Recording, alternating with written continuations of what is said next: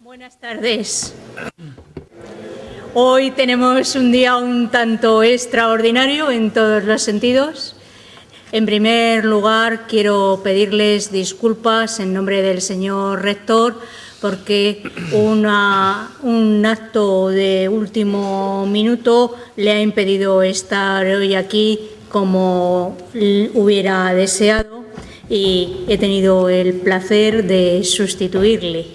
El conferenciante no es que no haya llegado, sino que entrará en la sala, según nos ha dicho, un poquitín más adelante. Entonces, hoy vamos de sorpresa en sorpresa, a ver qué nos depara la tarde. Por lo menos, emoción. Nos hemos reunido aquí para presentar el libro de Jeremy Rifkin, La civilización empática, la carrera hacia una conciencia global en un mundo de crisis. Nos convoca el Foro Complutense y para animarnos a asistir nos envía dos titulares de prensa que yo creo que recogen muy bien casi esas palabras introductorias que no sé muy bien cómo explicar. Jeremy Rifkin es un especialista en el análisis del impacto de los cambios científicos y tecnológicos sobre la economía, la sociedad y el medio ambiente. Titular del País. El economista que más ha hecho por las energías renovables ondea estos días la bandera de la tercera revolución industrial, entre las ruinas neoliberales, titular del Mundo. Bajo estos dos epígrafes estamos aquí convocados. Desde luego, a mí, como economista, me llamaron la atención y me reclamaron asistir hoy aquí. Adicionalmente, me ha tocado subir a la mesa, pero si no estaría acompañándoles muy gustosa a todos ustedes ahí abajo. Bueno, posteriormente, cuando tuve ocasión de hojear el libro, puesto que ya de Rifkin tengo referencias, podemos decir de una manera muy sencilla, que le conocemos todos por ser asesor del Parlamento Europeo y de presidentes de diferentes gobiernos, incluido el nuestro, en materias como el medio ambiente, la tecnología o la seguridad energética. Hablar de tercera revolución industrial, pues bueno, nos incita hacia un cambio. Tiene un planteamiento muy espectacular de cómo en el siglo XIX se realiza la primera revolución industrial, cómo en el siglo XX se produce la segunda, y su planteamiento en estas fechas es de que la tercera revolución industrial se producirá más o menos en una generación. No va a diferir mucho en el tiempo. Todo esto nos lo irá contando e irá resolviendo nuestras inquietudes. A la editorial Paidós y en especial a Carmen Castel, directora de la misma, tengo que felicitarles por la maravillosa contraportada de este libro. No solo para un economista le incita a abrir las páginas del libro y leerlos, sino a cualquier persona con inquietudes. Simplemente voy a resaltar dos frases. La civilización empática plantea la visión radical nueva de la naturaleza humana, que nos obliga a cuestionar la creencia tan arraigada según la cual los seres humanos son agresivos, materialistas, utilitaristas y egoístas por naturaleza. Rifkin nos conduce a través de una historia jamás contada, a través de la historia económica, hacia un nuevo entramado social tejido a partir de una amplia gama de disciplinas, desde la literatura y las artes, la teología, la filosofía, la antropología, la ciencia política, la psicología y la teoría de la comunicación.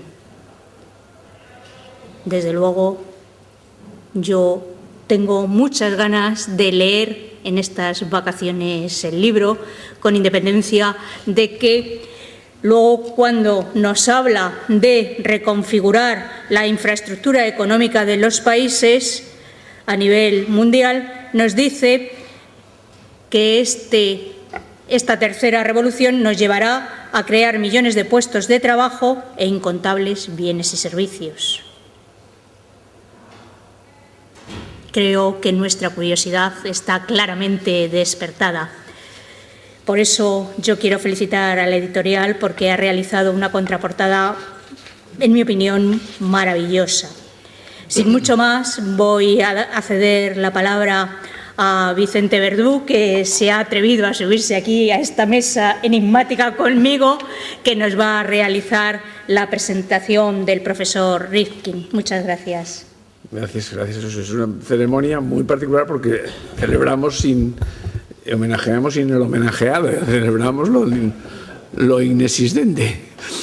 Bueno, yo creo que una de las razones por las que Jeremy Rifkin ha tenido tanto éxito con sus libros, que por ejemplo en el caso que es un libro caro, se ha imprimido simultáneamente prácticamente en 30 lenguas y es conocido en todo el mundo, creo que una de las razones por las que ha tenido ese éxito es, aparte de su forma de expresar las cosas con orden y claridad y demás, es su promesa de mejor, de ir a mejor, ese punto de vista optimista que muchas veces es pues una utopía, es un ideal, una creencia en la condición humana que, bueno, que estimula, anima al lector y termina con un buen sabor de boca. Hay los precedentes de libros, yo los he leído todos ellos y en todos ocurre lo mismo, ¿no? Hay un final feliz, ¿no? Por ejemplo, bueno, el libro del hidrógeno era el más aburrido de todos, pero era una cosa que nos salvaba de todo el problema de la energía. Pero aparte del libro del hidrógeno, con esa gran promesa de salvación para las energías limpias, etcétera, está el libro del fin del trabajo, que era una cosa también muy prometedora, y en la que llamó a una parte de la sociedad, el tercer sector, que era un sector que no estaba dentro del mercado, sino que se regía por leyes de otra naturaleza. Y es el sector que en Estados Unidos forma, pues ahora ya serán, entonces cuando yo leí el libro, eran 90 y tantos millones de personas, pues ahora serán 100 no sé cuántos millones de personas los que cada semana dedican de 7 a 10 horas a prestar servicios gratuitos, ¿no? Construir escuelas, a enseñar a leer, a ayudar a los ancianos, a reparar instalaciones, a rehabilitar viviendas. Todo eso pues con una entrega altruista que es, de otra parte, pues muy coherente con esa alma norteamericana de hacer el bien y de moralizar las acciones. Eso le llamó el tercer sector. Luego hay, no sé si lo leo bien aquí o no, hay otro libro también de este tipo prometedor y que se llamaba La Era del Acceso. Eso es, La Era del Acceso. No he podido leerlo aquí, pero menos mal que me he acordado. La Era del Acceso, que venía a decir que cada vez más las gentes no tienen tanto interés en poseer algo como en experimentar su posesión. Claro, eso hacía que todo el acaparamiento que supone la propiedad y la rapiña que trae consigo, etcétera, pues se convirtiera en otro fenómeno, en el fenómeno de participar en, pues eso, esas cosas que se han puesto más en las ciudades, coches que uno coge, deja y coge los del siguiente, móviles que no valen nada y lo que no valen nada como artefactos, pero vale el servicio que utilizan. O ocasiones que se tienen de hacer viajes a unos determinados lugares sin hacer un consumo muy alto, sino simplemente tener la sensación de vivir un ambiente, un clima o una civilización diferente. Todo ese planteamiento de decir no acaparemos, que es un contraconsumo, ¿no? No acaparemos. No, la sociedad va en el sentido de acaparar, sino en el sentido de usar, ¿no? Esa era la era del acceso a las cosas, a la enseñanza, por supuesto, a todos los bienes inmateriales, pero también a los bienes materiales en su función de servicios y compartidos con todos los demás y, por lo tanto, estableciendo una sociedad al estilo que aquí aparece, una sociedad solidaria, una sociedad... Dios mío, parece que estamos en un partido de baloncesto. ¿Qué es lo que hay que hacer ahora? Está viniendo ya. Nos acababan de avisar que venía en 3 minutos. ¿Pero por dónde? ¿Por dónde? Por aquí. Ah. Tiene truco.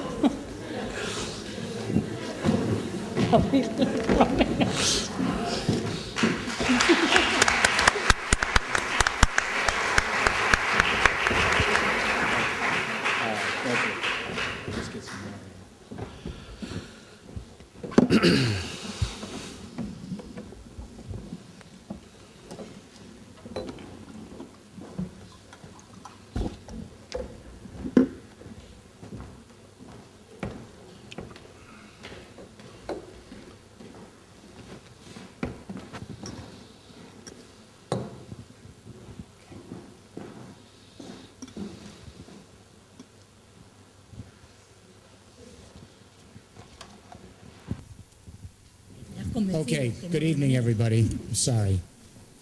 Things happen, as we say. It's nice to be here with everybody. Cameras, photographers, you need to sit. No more photos. I'm used to a classroom, nice and quiet. Please. Thank you. Let me start off on a somber note, which I hope will become a liberating reflection. I suspect that we may be at a turning point for our species. I'm not sure. But it doesn't smell too good right now. It is possible, if our scientists are right, we may be staring at our own extinction. This is very hard to say because there's been so many prophetic, apocalyptical, doomsday visions over history, and they've all proved wrong, which is good. But I want to share a statistic with you. Then you make the judgment call. We human beings are the youngest species in this earth. We've only been here at about 175,000 years, anatomically modern humans. The entire economy of this planet is based on photosynthesis. That's the real economy. The sun's energy, photosynthesis, that's the real economy. We human beings now total 6.8 billion people. But we only make up 1/2 of 1% of all the biomass on the earth. That's all. We're currently using 24% of all the photosynthesis of this planet. It's monstrous. And we're going to 9 billion people in 30 years. We are devouring the earth. This is not sustainable. Our fellow species are going, or we're going to go, or we're going to have to adjust in this century. There have been 2 events in the last 18 months which I believe signals the end game for the great industrial age, based on fossil fuels that span 2 centuries. You'll recall July 2008. Oil hit $147 a barrel on world markets. Prices went through the roof. Inflation soared. Basic items, food, petrol, became too expensive because everything's made out of or moved by fossil fuels. Our foods are grown in petrochemical fertilizers and pesticides and then transported thousands of miles to the market. Almost all of our pharmaceutical products are fossil fuel based. Virtually all of our construction materials that make up this civilization are fossil fuel based. Most of our clothes are synthetic. Our power, transport, heat, light, logistics, supply chain, it's all based on digging up the burial grounds of the Jurassic Age and using that carbon. So when the price of oil hit $147 a barrel, every price went up. Purchasing power plummeted, and the entire engine of the Industrial Revolution shut off. Shut off. That was the economic meltdown of the Industrial Revolution. That was the earthquake. The collapse of the financial market 60 days later was the aftershock. Our leaders still don't get it. They're dealing with the aftershock. They're not dealing with the earthquake. We have hit peak globalization, the wall. We now know the outer limits of the second industrial revolution. It's over. We just haven't realized it yet. And the reason it's over is because of something called peak oil per capita. Do not confuse this with peak oil production. They're two different things. There's controversy about peak oil production when half the oil will be used up on the classic Hubert bell curve. When half the oil is used up, we can't afford it. So the optimists say maybe we peak in the 2020s. The pessimists say we're going to peak in the next decade. It makes no difference. They're now arguing about 10, 15, 20 years. That's a very short time to rethink all of civilization. But the reason we hit the wall at 147 a barrel is peak oil per capita. That occurred in 1979. No controversy. If we distributed all the oil reserves that we knew we had in the world in 1979 to every person living at that time, that's the most each person could have. We found more oil since 1979, but population rose quicker. So if we distributed all the oil we have today to 6.8 billion people, there's less per person. So you see where I'm heading. When China and India made their bid to bring 1/3 of the human race into the fossil fuel industrial age at a 10% growth rate, the demand against the supply, the prices went through the roof. And the engine turned off at 147 a barrel. Right now, we're trying to regrow the economy to replenish inventories. But what's happening?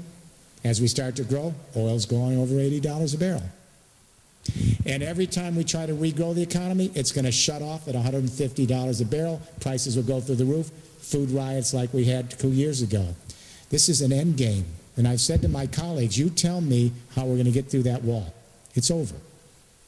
So we're going to try to grow a little and then collapse. Grow a little and collapse. If you look across Spain, the U.S., Europe, and the world, these are sunset energies.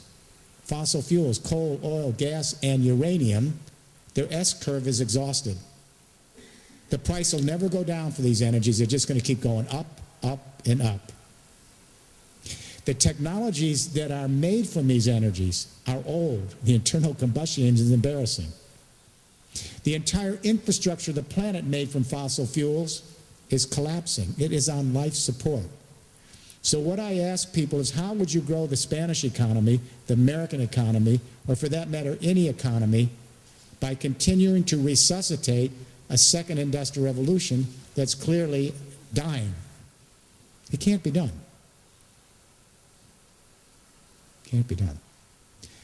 Fast forward to December 2009, Copenhagen. Our government leaders from 192 countries come together to address the entropy bill of the industrial age, the spent CO2, from 2 centuries of using carbon. And even though our scientists from the UN Climate Panel tell us that we are already in real-time climate change, and we risk catastrophic changes in the temperature of this planet in this century, our leaders couldn't clinch the deal. Our scientists tell us that we could see a 2 to 3 degree, probably a 3 degree Celsius rise in temperature on this planet. That's optimistic now, really optimistic. But to give you young people, you students, a sense of what 3 degrees means in your century, that takes us back to the temperature on this planet 3 million years ago in the Pliocene. Different flora, different fauna. And the key is water. It's all about the water cycles. For every 1 degree Celsius that the temperature rises on the planet, the atmosphere absorbs 7% more precipitation from the ground. That means more violent weather, more rainstorms, but more infrequent, more droughts, more wildfires, more severe snowstorms, more severe everything. It's all about precipitation. Our ecosystems weren't developed to have this water change in the cycle this quickly. So our scientists say if we go up 2 to 3 degrees, that is really the low end. We're going to go much higher. We could lose upwards of 70% of all the assessed species of plant and animal life on this planet by the end of your century and your children. That's a wipeout. We've had 5 waves of biological extinction on Earth in 450 million years in the geological record. Every time that we had an extinction on that scale, it took 10 million years to recover the biodiversity we lost. As my wife says, we are asleep. We are just not grasping this moment. It's eluding us. James Hansen is the chief climatologist for the United States government. He's the head of the NASA Goddard Institute for Space Studies. He threw us a curve in Brussels. I advised the European Union. We went to Copenhagen hoping to go only 2 degrees and talking the world to mitigate CO2 at 450 parts per million by 2050, and maybe we'd only go up 2 degrees, which would be devastating. But maybe we could survive. Jim Hansen, the chief U.S. government climatologist, told us in Brussels, you've got the figures wrong. They went down into the ocean and looked at the geological record. And they said that if we go up 450 parts per million carbon by 2050, the geological record suggests we go up 6 degrees in this century. And this is a quote from our chief climatology team in the U.S. The end of human civilization as we've come to know and adapt to it. I hope all the scientists are wrong. I hope we wake up and this is a Y2K nightmare, but it isn't. I've been involved in this for 30 years, and I can tell you where I got it wrong. I got it wrong.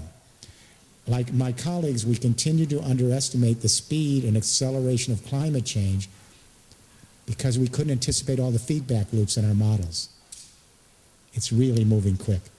So when the skeptics say, oh, it's a seasonal variation in weather, my friends, the Arctic has been encased in ice for 3 million years.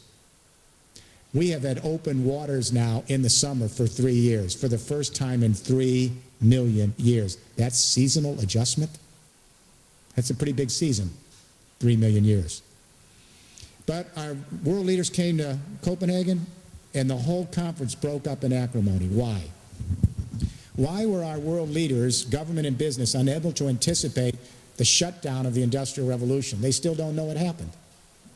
Why were they unable to cut a deal on climate change, even knowing it imperils our species and our fellow creatures? My sense is the fault lies deeper than just coming up with some new global mechanism to regulate the economy or new climate treaty targets. What's really wrong here is our business leaders, our government leaders, and for that matter, the rest of us. We are living off 18th and 19th century ideas about human nature and the human journey that were weaned during the Enlightenment at the very beginning of the market era and nation-state era that have absolutely no relevance for the challenges of a biosphere and a globalizing society. For 1,500 years, the church had the last say on human nature. The church is at least very clear about human nature. We're born in sin. That's the Abrahamic religions. We're born depraved. We're born in sin. Salvation awaits us in the next world with Christ. End of story. The Enlightenment philosophers challenged that notion and said, no, human nature is different. John Locke said, that little baby is not born in sin. They're born blank slate, tabula rasa. You get out of them what you put into them. But he left a little bit of an opening. He said there is a predisposition biologically to acquire property. I don't know why they let him get away with that. Adam Smith wrote a beautiful book on moral sentiments, but his key document, The Wealth of Nations, said clearly that human beings are born and the drive is to seek autonomy. And our basic nature is materialistic and self-interested, and we pursue that in the market. That's our nature. In the 19th century, Jeremy Bentham said, our basic drive as human beings is to seek pleasure over pain, so we're a utilitarian-driven creature. Charles Darwin, the English naturalist, said, no, every creature is born with a drive to perpetuate theirself by reproducing their survival. Then Sigmund Freud, at the end of this great age, in the late 19th century, said, no, that little baby is born with an insatiable sexual appetite, and their drive at every moment of their life is to extinguish libido. So what do you think? Are there any parents here? Could you raise your hands? Where are my parents? Parents? Nobody's reproducing here? How many parents? In Italy, no one raises their hand. Thought you were doing a little better. You shouldn't be here with me. You should be home, reproducing. Parents, let me ask you a question. When that little baby comes out of the womb and looks you in the eye, is that little baby born in sin, depraved, and evil? Is that little baby seeking his autonomy or her autonomy? Is that little baby a materialistic, self-interested, utilitarian, pleasure-seeking human being who wants to extinguish its little libido? I mean, it's a joke. If that is our real nature, we're doomed. I don't see any way 6.8 billion human beings can come together in an integrated, just, and sustainable global society and economy and heal the biosphere if we are depraved, utilitarian, self-interested, materialistic, pleasure-seeking, and libido-driven. In the last 15 years, below the radar screen, our evolutionary biologists, our epigeneticists, our neurocognitive scientists, our child development researchers have been making some very interesting discoveries about evolution that throw into doubt all of these basic shibboleths that we inherited from the Enlightenment about what nature is, human nature. Let me take you to the early 1990s in Parma, Italy. A sleepy little laboratory, and they were studying macaque monkeys. And they had an MRI brain scanner machine in the brain of this monkey while the monkey's trying to open up a nut. The neurons lit up. By sheer accident, a human being walks into the laboratory after the experiment. The macaque is shocked, this alien in his laboratory, and the trainer looked at the nuts and was hungry and tried to open up a nut himself.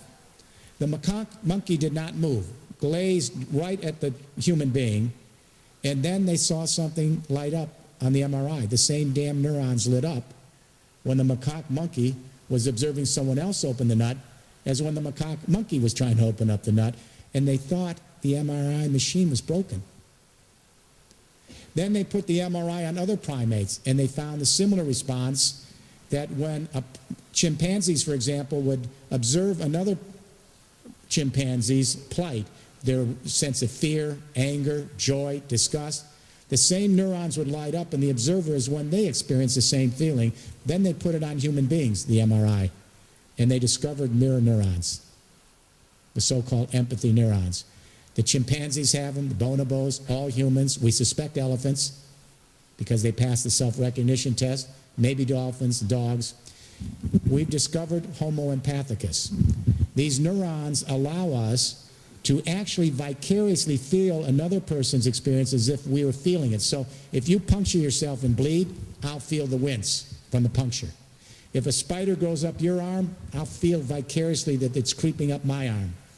We take this for granted, but this allows us to get out of our skin and actually feel another's situation as if we were feeling it. Let me explain what empathy is, because it's complicated. It's both emotional and cognitive. When little babies are in a nursery and one baby cries, all the other babies will cry in response. They just don't know why they're crying. That's empathic distress. It's built into their biology. But when a toddler becomes 2 years old, they can then identify themselves in a mirror. That's the beginning of mature empathy.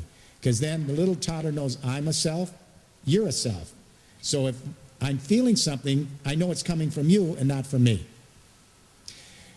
The development of empathy goes hand in hand with the development of selfhood. The more individualized the self, the more one can empathize. 8 years old is a big turning point. Around 8 years old, a child learns about birth and death. They learn that they come from mommy and daddy. They learn that they have a one and only life, that every moment is unrepeatable, that life is fragile and vulnerable, and any moment they can die. This existential sense of self is the beginning of mature empathy. Because one knows that they have an individual history, a one and only self, a personal journey, life is fragile, anything can happen. Then when they experience another individual, they realize they have their own journey, their own history. Every moment's unrepeatable. They're imperfect, they're fragile, they're vulnerable, and they too are trying to live, to flourish, to be. Empathy has the whiff of death and a celebration of life in it. When we empathize, if you think about it, if you empathize with a spouse, a sibling, or a companion dog, what's really happening is we feel that other person's struggle to be. We realize how fragile and vulnerable they are and imperfect, and we root for them with compassion to show that we are in solidarity with their struggle to flourish and be here, celebrate life. And that's what empathy is all about. There is no empathy in heaven. I can tell you, before you go there, there will be no empathy in heaven if it's there. There's no empathy in utopia. The empathic civilization is the opposite of a utopian civilization. Many people don't understand that. They think, oh, the empathic civilization, I'm talking about utopia. It's the opposite. Because in heaven, there's no death. There's no suffering. There's no mortality. There's no body. There's no feeling of joy and pain that comes from moment to moment living. In utopia, everything's perfect. So empathy is an understanding not of our perfectibility, but of our imperfectibility, our vulnerability, our fragility. I like living in a world where we show compassion and solidarity with each other based on our vulnerabilities, our imperfections. I don't like a world where we're trying to create perfection and utopia, because then you have to live up to some standard and it's not what human beings are. An empathic civilization is always going to be imperfect. So the question is, if we're wired, soft-wired for empathy, and society can either nurture it or repress it. If you have bad parenting, and that empathy doesn't develop between parents and children, and the parent's abusive, violent, or neglectful, the child will repress their empathic drive, and then the secondary drives come out: withdrawal, aggression later in life, narcissism, materialism, etc. If we're soft-wired for empathy, is it possible to imagine here in this room extending empathy in your generation and your children to the whole human family as family? And all of our relatives, part of the evolutionary scheme, as extended family. And the biosphere is our community. Is it possible to imagine that in this century? If it's not possible to imagine this, I don't think we're going to make it. We have filled the earth. We're overwhelming it. We now have to act as a species, and we have to see our fellow species as relatives, and we have to live in one biosphere together, or I don't think we'll make it. I think we'll be extinct. So in the empathic civilization, I ask the question, how does consciousness change in history? Because the way our brain is wired isn't the way a medieval serf thinks, or a forager hunter 30,000 years ago. I believe that the great changes in consciousness and the evolution of empathy occurs when new energy regimes arise. New energy regimes. When new energy regimes arise, they create the conditions for more complex civilization that can bring more people together across time and space. But when new energy regimes arise, they have to be accompanied by new communication revolutions to manage them, because they're complex. And it's when energy revolutions combine with communication revolutions, those are the great turning points in history. They're not just changes in civilization, they're changes in consciousness. They extend empathy to new realms. I'll give you an example. Here at the university, you take anthropology. You study the Sumerians in Mesopotamia. Why do we care about them? The Sumerians were the first to take the sun's energy in photosynthesis and then create high-end hydraulic agriculture. Stored wheat and grain became the sun's energy, surplus. This was complicated. Before that time, people lived in little villages. Rain-fed agriculture, small gardens, little pastoralism. when they created these great hydraulic civilizations in Mesopotamia, they had to indenture thousands and thousands of men, and they had to build these canals. This is the first mega machine, as Mumford said, in history. Then they had to create craft skills to make the dikes. They had to set up the royal granaries, the royal roads, the distribution systems. Complicated. They created urban life. It required a communication revolution to manage the complexity of this new energy called stored grain. The Sumerians invented cuneiform writing. And this is what's so interesting. Wherever you see these great hydraulic civilizations, the Middle East, India, China, Mexico, independently, people figure out some form of writing to manage them without knowing it's been invented anywhere else. That is simply amazing. In the first industrial revolution, we'll skip some history, 19th century, the print communication revolution was upgraded with steam technology, linotype and rotary. So instead of hand pressing, you could really create cheap print. At the same time, between 1830 and 1880, we introduced public schools and mass literacy in Europe and America and created a print literate workforce to manage coal and steam power, the first industrial revolution. You couldn't have managed the first industrial revolution with codex. Too slow. 20th century, another energy communication convergence. Electricity, the telegraph was transitional. The telephone, cinema, radio, television, etc., became the management vehicle to organize the internal combustion engine oil era. That second industrial revolution is now on life support. The energies are sunsetting, and we're in a collapse mode.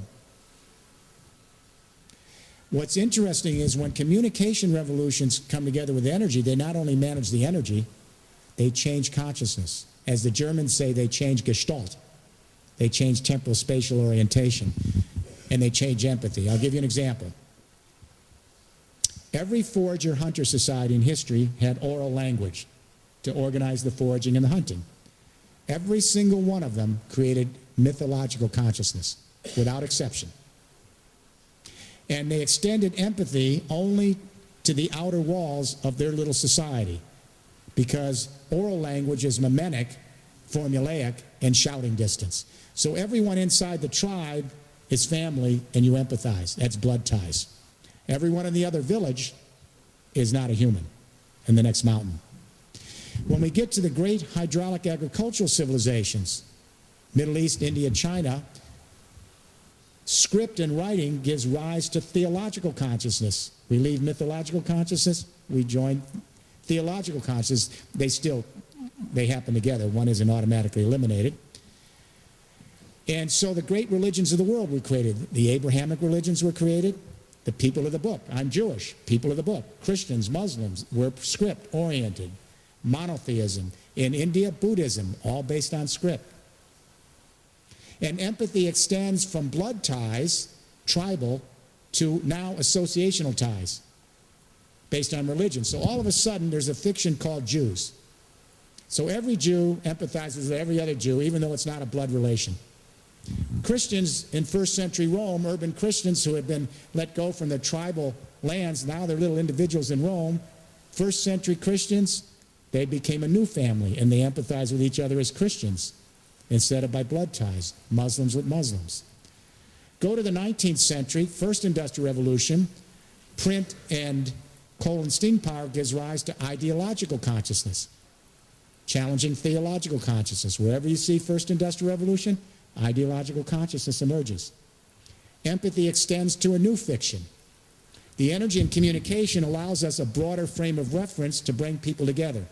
We annihilate time and space, and we create a fiction called the nation state, which is a big enough governing unit to govern these large territories for steam, coal, and print. And when we create the nation state, we have the new fiction. All of a sudden, there's something called Spain. I mean, it existed somewhat before that. Italy was created in the 1870s, and the first prime minister said, now we've created Italy, next we've got to create Italians.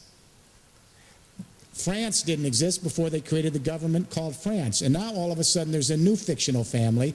The French are told that they have a common history, they make it up, and then all of a sudden all French people empathize with all other French people but not Germans.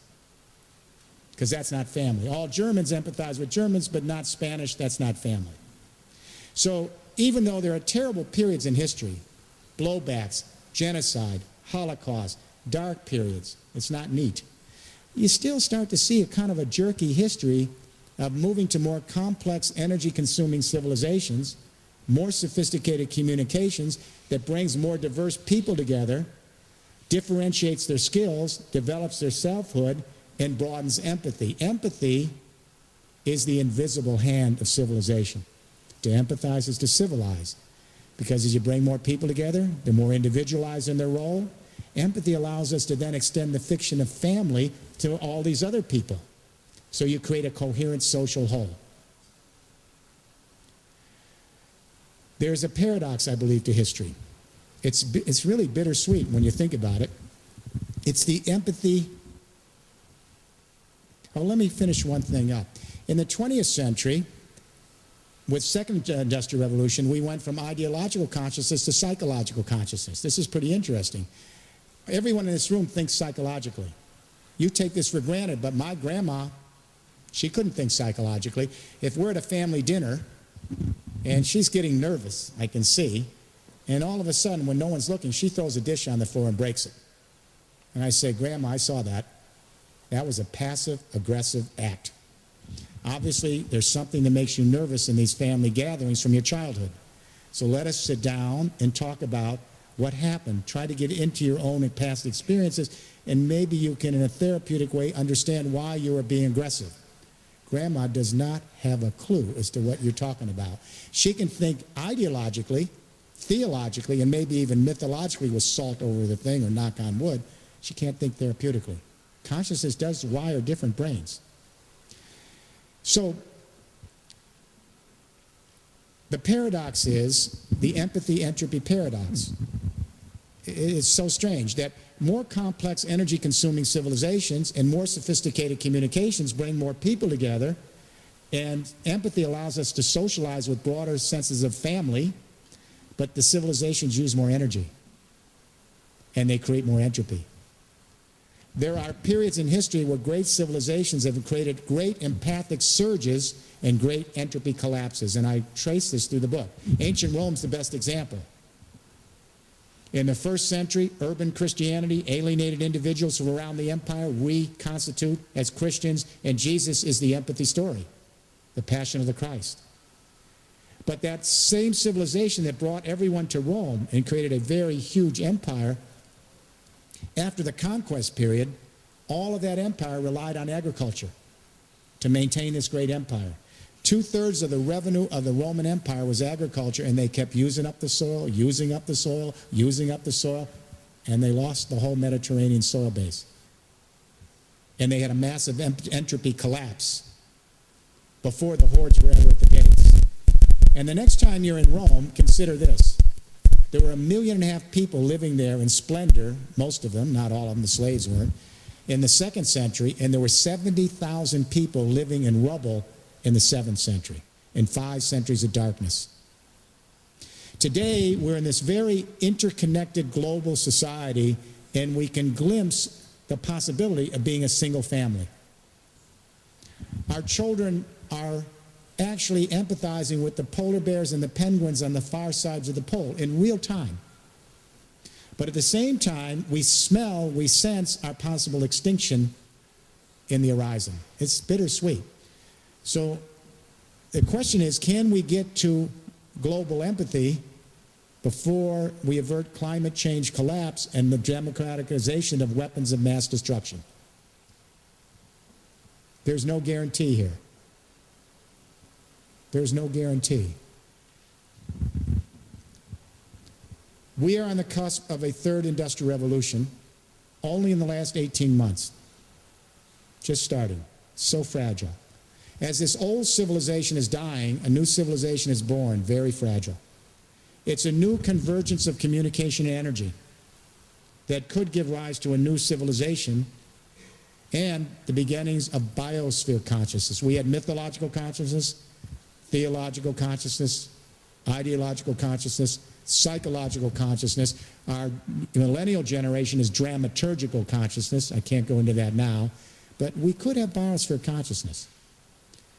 What is this new convergence of communication and energy?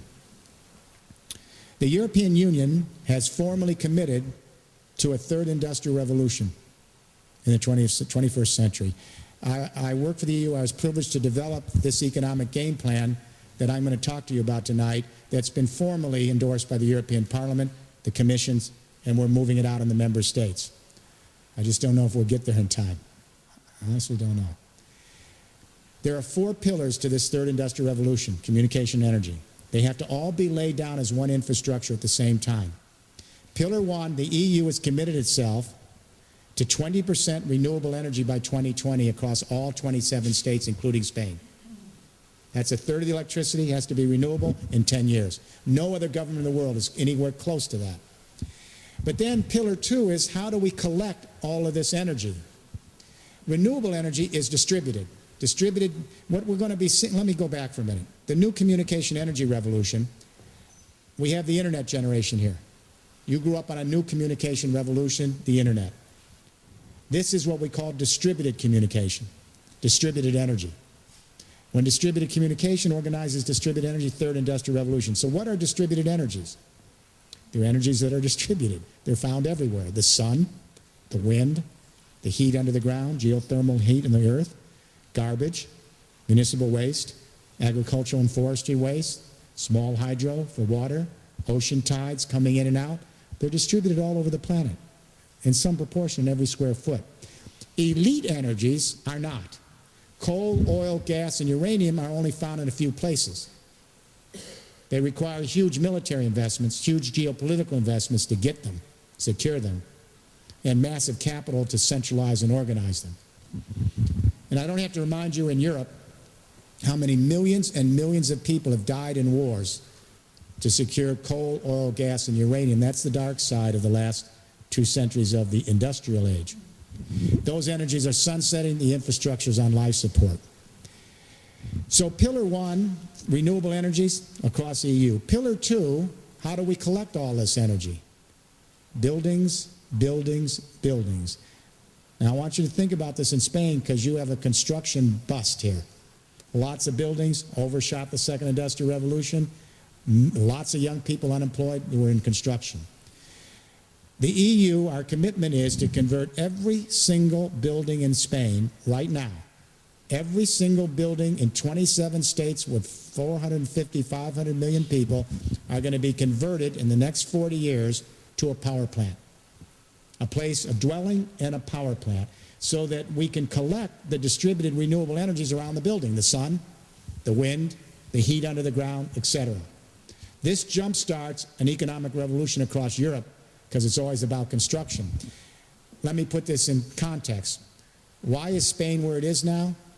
You just followed us by about 20 years. In the 1950s, we matured the second industrial revolution by introducing the interstate highways across America.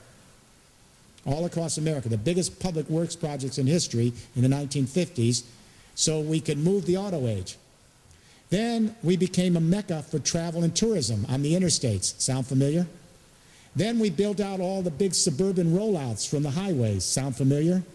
And then we peaked, overshot, and went into a great recession in 1988, and we never recovered. All of the growth you see in the American economy since 1990 is based on living off the savings of that second industrial revolution from 1950 to 1988. There was no third industrial revolution. ICT, small. We depleted our family savings. All of globalization was based on American purchasing power, and that was based on living off a second industrial revolution that had peaked in 1988. Now we're broke. And the housing bubble was more debt. It wasn't based on more wealth, you buy a house. It was based on debt and credit. You know what Obama's bailout program is $2 trillion. You know what the family debt is in my country tonight?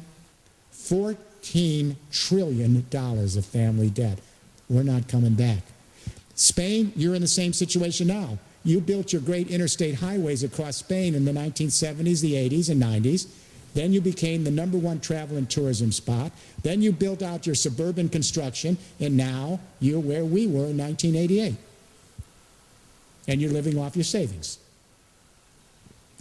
So the third industrial revolution, first we put in renewable energies across Europe. Second, every single building's converted to a power plant, millions of jobs. Pillar 3, we have to store this energy because the sun isn't always shining in Madrid. Sometimes the wind isn't blowing or it isn't there when you need it. So we've committed in the European Union 8 billion euros to put in hydrogen storage technology across every building and all the utility lines of Europe.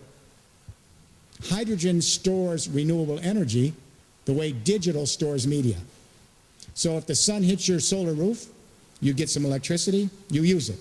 If you have a little surplus, electrolyzed water, hydrogen comes out into a tank. When the sun's not shining on your roof, convert the hydrogen back to electricity.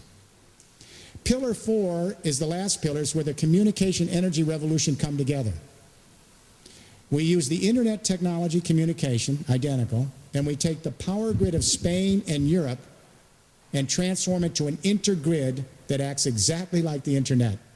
So when millions and millions of buildings across Spain and Europe are producing a little bit of their own energy, storing it with hydrogen like you store digital and media, if you don't need some of it, you share it across an intergrid across the European continent, just like you create your own information, store it in digital, share it on the internet.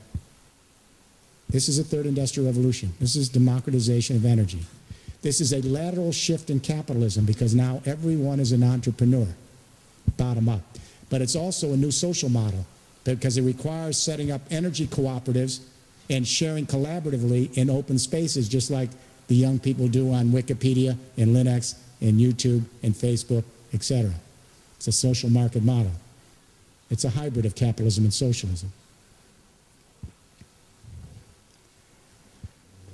The new third industrial revolution is already beginning to extend to biosphere consciousness. If you go into any high school in Spain or middle school, the teachers are teaching the children, the students, that everything they do, the food they eat, the clothes they wear, the electricity they consume, the family car, leaves a carbon footprint and affects the well-being or poverty of some other family somewhere else on the planet or our fellow creatures, correct?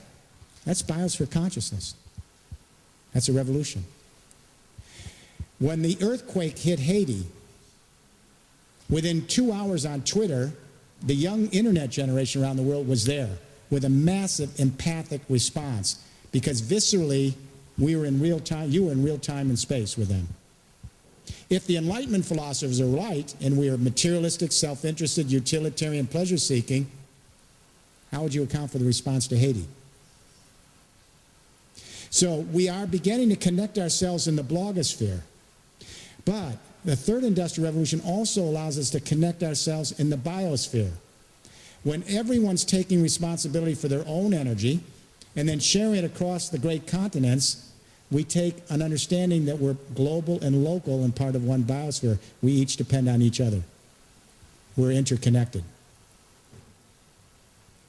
In the last few minutes, let me talk about consciousness changing quickly. Because some of you are saying, here's this old guy up here saying we got to change consciousness. We got to have global consciousness, and we're still fighting with each other, and it looks desperate, and we can't even settle between the right wing and the left wing here in Spain, and everything's polarized everywhere, correct? Granted. But let me suggest that the new politics that's emerging is generational between civilizations. When I was in Italy this week, my editors would always say before a newspaper would come in, they said, that was a center-right paper, this is a center-left paper, that's a center-right newspaper, this is a center-left. When the 40 bloggers came in, they could not define them. Because the new generational shift, the young people on the millennial generation, they don't really care that much about right or left when they're on the internet in collaborative social spaces like Wikipedia or Facebook. For them, the divide is between those who think patriarchal, centralized, and top-down, based on the old energy communication revolutions, and those who think distributed, open source, shared commons. That's the divide. It can be someone in a center-right party, could be for distributed third industrial revolution, someone on the left, or vice versa. It's a generational shift. And it's more deeper than right and left because when you know about how power is distributed, that's how you know how power is actually distributed socially and economically as well. It's literal and figurative. A distributed power means justice. sustainability, and it extends empathy. The most basic empathy, the most basic democracy is when, if I empathize with you, all the distinctions go, and I feel you as if you're me. That's pure equality and democracy. Show me a country that becomes more democratic, it's because they're becoming more empathic. Show me a society that's centralized, authoritarian, top-down, and I'll show you a society where empathy is not bred. Violence is. So let me give you these last couple of anecdotes. Consciousness can change very quickly because when energy and communication revolutions come together, they change the temporal spatial orientation of people. For example, how many of you used a mirror today? How many looked into a mirror today? Raise your hands. They all feel guilty. It's all right. You have to groom yourself. Now, would you be surprised that up until the 1400s, nobody could see themselves well? You could look in a pond of water, whoa, or in a piece of metal. No one had a very good idea of what they looked like, so grooming wasn't too good. In the 1400s in Venice, in Murano, invented mirrors, and they would give them along with printed books as a giveaway. All of a sudden, all over Europe, people are looking at their face. This became a new hobby. They'd never seen their face that well. Well, that's me. That's you. That's me. What happened is, it wasn't narcissistic. People began to realize they're a unique individual face that isn't like your face. So we began to deepen the sense of selfhood. It's called self-reflection. Mirrors reflect. Self-reflection. So I could see that your face is unique and you have a history. My face is unique and I'm a different history, but you're so similar to me as well. This extended empathy. Today, we have a similar situation. Today, young people are Skyping in high school and college classes, Skyping. So you might Skype here at the University of Madrid with a class in Tokyo. And you start to know each other because it's one human family. And then you check each other's snail mail address.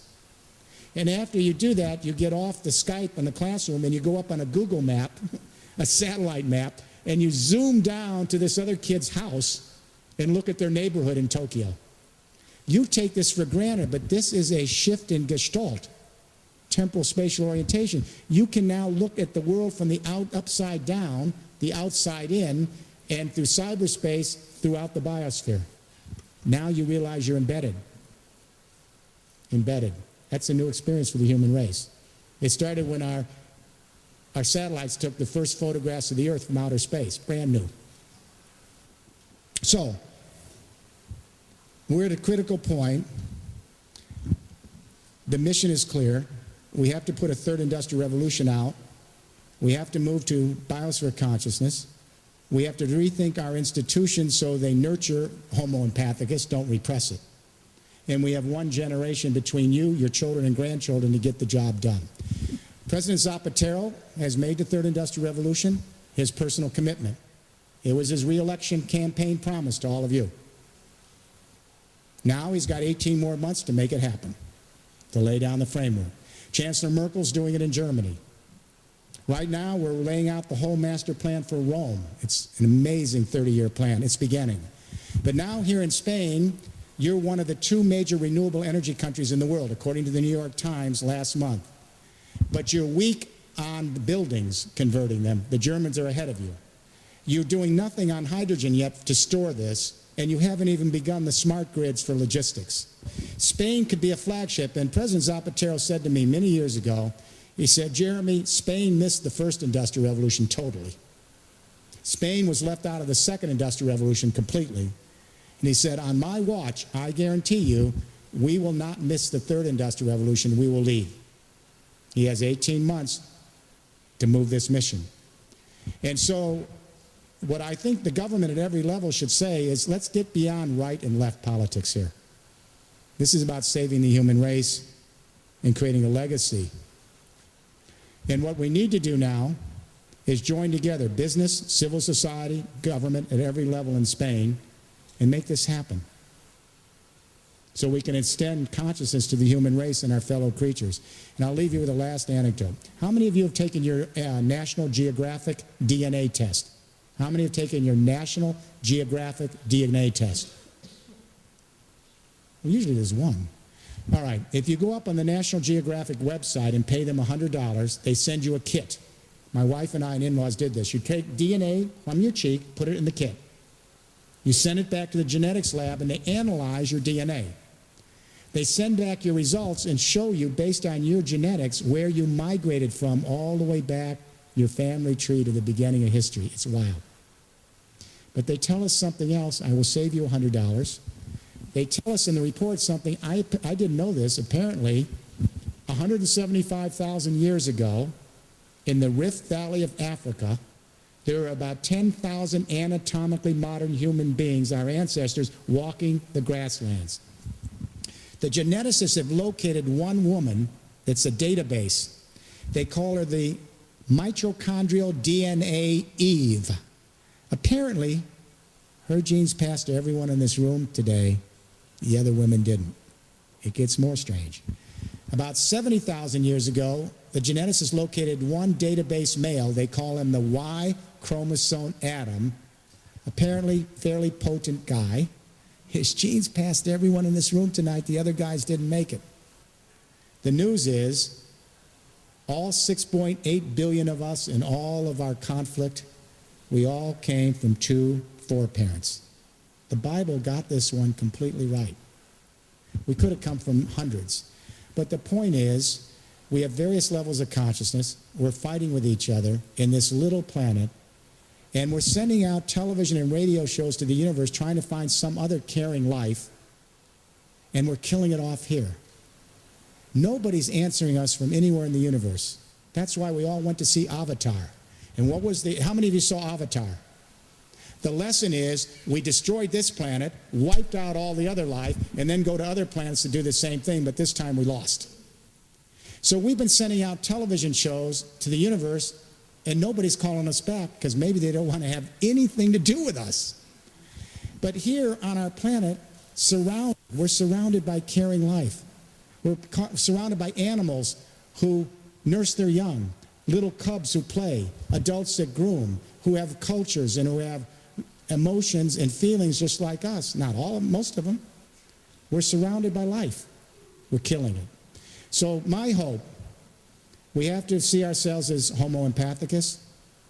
We have to create global consciousness, biosphere consciousness. We have to lay out this third industrial revolution. And every young person and student here and teacher, you're a generation that grew up with the idea of being comfortable creating your own information and sharing it on the internet.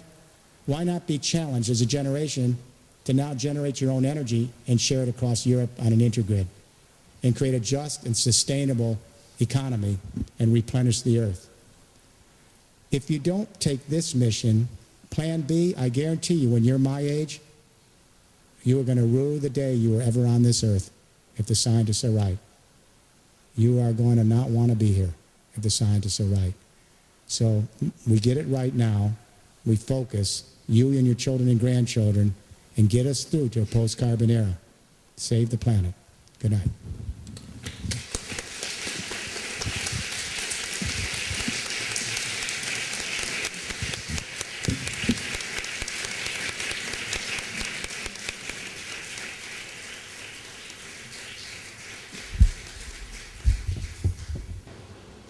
Pido que seamos muy respetuosos con la hora de finalización de la conferencia, por lo que hemos consumido todo nuestro tiempo en escuchar la brillante intervención del profesor Rifkin y no vamos a tener oportunidad de realizarle preguntas, pero yo creo que ha respondido sobradamente a las expectativas que traíamos y nos ha planteado una visión de la economía y una concepción del sujeto económico que nos reconcilia con el ser humano. De esta forma, nos da suficientes indicios para ser optimistas siempre y cuando seamos capaces de mantener la salud del planeta y no permitir esos cambios climáticos catastróficos que por ahí nos vaticinan.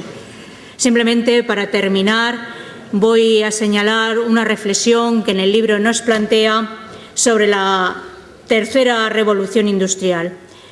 esa revolución de Internet o esa difusión de las fuentes de código abierto dará lugar a espacios de colaboración en los que la calidad de vida se tornará tan importante como la oportunidad individual. Yo creo que esta pequeña frase extraída de su libro nos resume perfectamente la conferencia. Por ello le doy las gracias. Gracias a todos ustedes.